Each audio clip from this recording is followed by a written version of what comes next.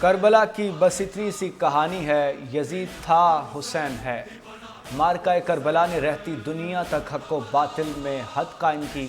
نواسہ رسول جگر گوشہ علی و بطول کا یوم شہادت آج عقیدت و احترام کے ساتھ منایا جائے گا۔ شہر شہر مجالس اور جلوس کا انعقاد ہوگا۔ امام علی مقام اور ان کے رفقا کی اسلام کی سربلندی کے لیے میدان کربلا میں دی گئی عظیم قربانیوں کو یاد کیا جائے گا۔ ذاکرین اور علماء کرام شہادت کے فلسفے پر روشنی ڈالیں گے۔ ایک پل کی تھی بس حکومت یزید کی، صدیاں حسین کی، زمانہ حسین کا۔ لاہور سے یوم عاشور کا مرکزی جلوس نثار حویلی سے برآمد۔ جلوس میں ہزاروں عزادار شریک۔ نبی اکرم کے گھرانے پر مظالم اور غم کا تذکرہ۔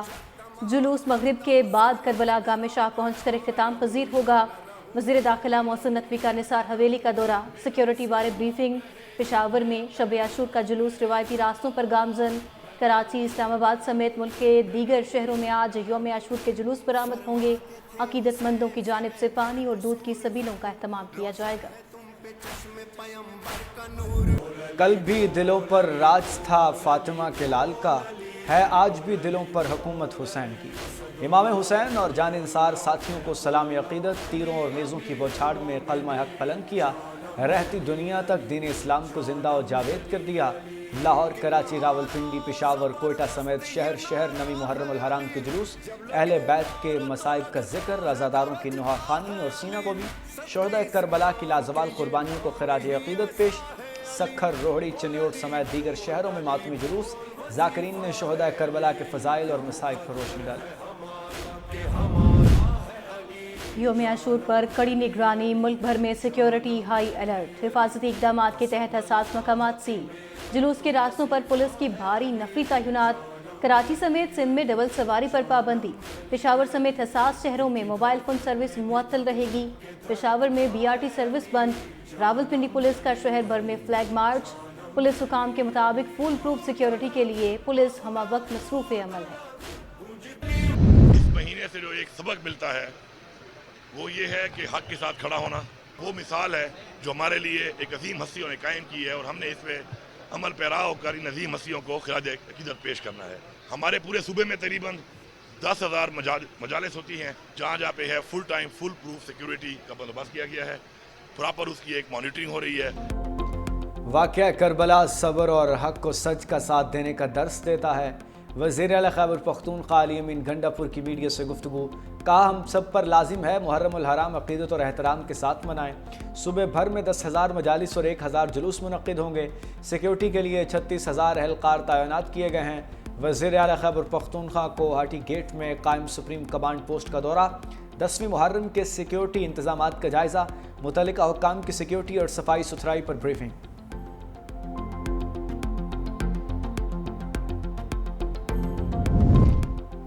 نواسہ رسول نے دین کی بقا اور امت کی اصلاح کے لیے جان دی۔ وزیر اعلیٰ سندھ مراد علی شاہ کا پیغام، کہا ہر آنکھ شہدائے کربلا کی یاد میں اشکبار ہے۔ کربلا صرف سانحہ نہیں، ایک فکری اور روحانی تحریک ہے۔ شہادت حسین صبر، قربانی اور استقامت کا درس ہے۔ وزیر اعلیٰ پنجاب مریم نواز نے کہا اہل بیت سے محبت ہر مسلمان کی عقیدے اور ایمان کا جز ہے۔ عظیم قربانی تاریخ عالم کا درخشاں باب ہے۔ واقعہ کربلا ہر فرد، ہر قوم کو باطل سے حق اور فتنے سے اتحاد کی دعوت۔ ملبے تلے اب بھی زندگی کی امید، کراچی لیاری میں عمارت منہدم ہوئے 39 گھنٹے گزر گئے۔ تباہ عمارت کا ملبہ انتہائی احتیاط سے ہٹانے کا کام جاری۔ 9 بیاہتے جوڑے سمیت مزید 8 سے 10 افراد کے دبے ہونے کا خدشہ۔ ریسکیو حکام کے مطابق آج ملبے سے 10 لاشیں نکالی جا چکیں۔ حادثے میں ہلاکتوں کی تعداد 22 ہو گئی۔ 21 افراد کے جسد خاکی عیدی سرد خانے موسیٰ لین لیاری میں رکھے گئے ہیں۔ ملبے سے ریسکیو کیے گئے 7 افراد ہسپتال منتقل، 4 طبی امداد کے بعد ڈسچارج۔ ریسکیو اہلکار بھاری مشینری اور کرین کی مدد سے ملبہ ہٹانے میں مصروف ہیں۔ متاثرہ افراد کے ملبے کے ڈھیر کے سامنے عارضی رہائش۔ ملبے تلے دبے افراد کے لواحقین اب بھی کسی معجزے کے منتظر۔ ہماری بہن ہے، جیٹھانی کی بہن ہے، اس کے 2 بہو ہیں، 2 بیٹے، ایک خود ہے، ایک پوتی ہے۔ میاں خالی باہر نکل گیا تھا صبح میں ہی۔ ہمارا پورا پریوار ہے، 5 نکل آئے اور 5 ڈیڈ باڈی ملی ہے، 5 اندر پڑے ہوئے نکل نہیں رہے ابھی۔ کل سے لے کے آج تک 5 لاشیں نکل چکی ہیں، ایک بقایا بچہ میرا ہے